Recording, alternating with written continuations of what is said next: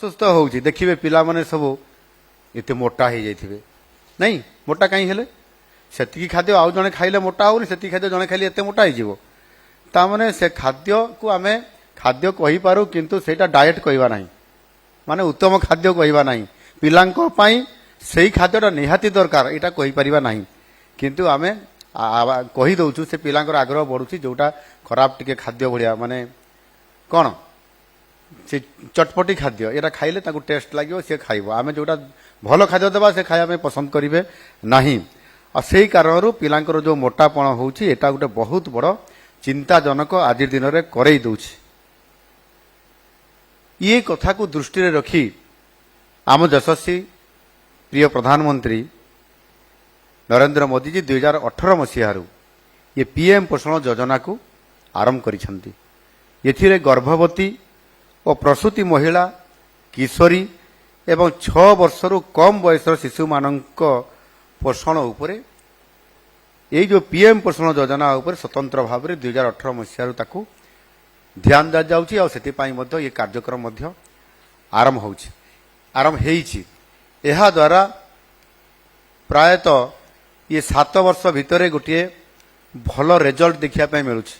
ଆପଣମାନେ ବି ସମସ୍ତେ ଅନୁଭବ କରୁଥିବେ, ଏବେ ପିଲାମାନଙ୍କ ଭିତରେ ଏଇ ଯେଉଁ ପୁଷ୍ଟିକର ଖାଦ୍ୟ ଆଜି ପିଲାମାନଙ୍କ ପାଖକୁ ଯାଉଛି।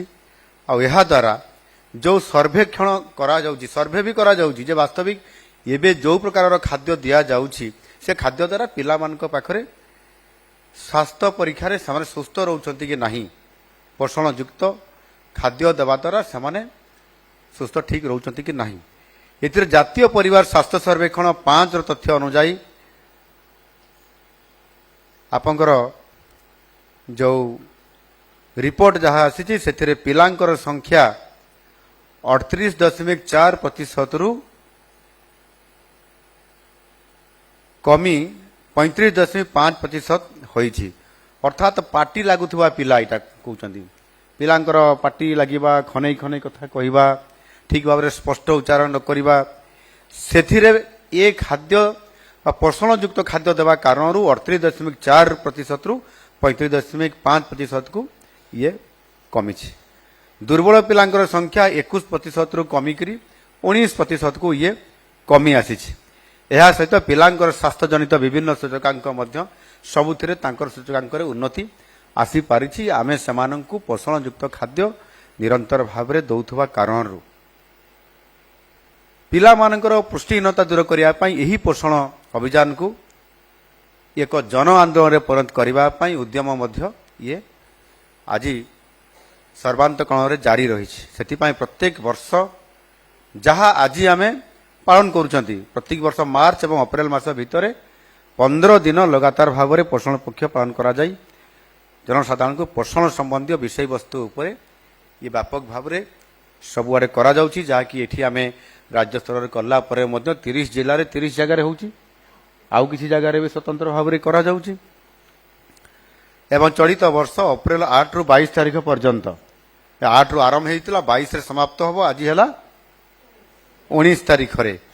ତେଣୁ ଏଇ ଯେଉଁ କାର୍ଯ୍ୟକ୍ରମ ଚାଲିছে ନିରନ୍ତର ଭାବରେ ପୋଷଣ ପକ୍ଷ ପାଳନ ଯେଉଁ କରାଯାଉଛି, ଆଉ ଏ ବର୍ଷ 7ମ ପୋଷଣ ପକ୍ଷ ପାଳନ ଯେଉଁ କରାଯାଉଛି, ଏହାଦ୍ୱାରା ନିଶ୍ଚିତ ଭାବରେ ଆଉ ଟିକେ ଅଧିକ ଆମ ପିଲାଙ୍କୁ ସଚେତନ କରିବା ପାଇଁ, ବାପା ମାଆଙ୍କୁ ସଚେତନ କରିବା ପାଇଁ, ଏବଂ ଆମର ଯେଉଁ ଅଙ୍ଗନବାଡ଼ି ଦିଦିମାନେ ବି ଅଛନ୍ତି ସେମାନେ ମଧ୍ୟ ଅଧିକ ଭାବରେ କ୍ରିୟାଶୀଳ ହୋଇ ସଚେତନ ହେଇକରି ଏହାକୁ ସଠିକ୍ ଢଙ୍ଗରେ ସଠିକ୍ ସମୟରେ କାର୍ଯ୍ୟକାରୀ କରିବା ପାଇଁ ଏ ଯେଉଁ ଗୁରୁତ୍ୱ କାମକୁ ଆମେ ତାକୁ ନିରନ୍ତର ଭାବରେ କରୁଛନ୍ତି। ଏଣୁ ଉତ୍ତମ ପୋଷଣ ପାଇଲେ ପିଲାମାନେ ସୁସ୍ଥ ରହିବେ, ଉତ୍ତମ ଛାତ୍ର ହୋଇପାରିବେ, ଭଲ ପାଠ ପଢ଼ିବେ। ଆଉ ଆଜି ସେହି ସମୟ ଯେତେବେଳେ ଆମେ ନିଜେ ପୋଷଣ ଉପରେ ସଚେତନ ଆଗେ ନିଜେ ହେବା, ଆଉ ତାପରେ ଅନ୍ୟମାନଙ୍କୁ କରିବା, ପିଲାମାନଙ୍କ ଉପରେ କାର୍ଯ୍ୟକାରୀ କରାଇବା।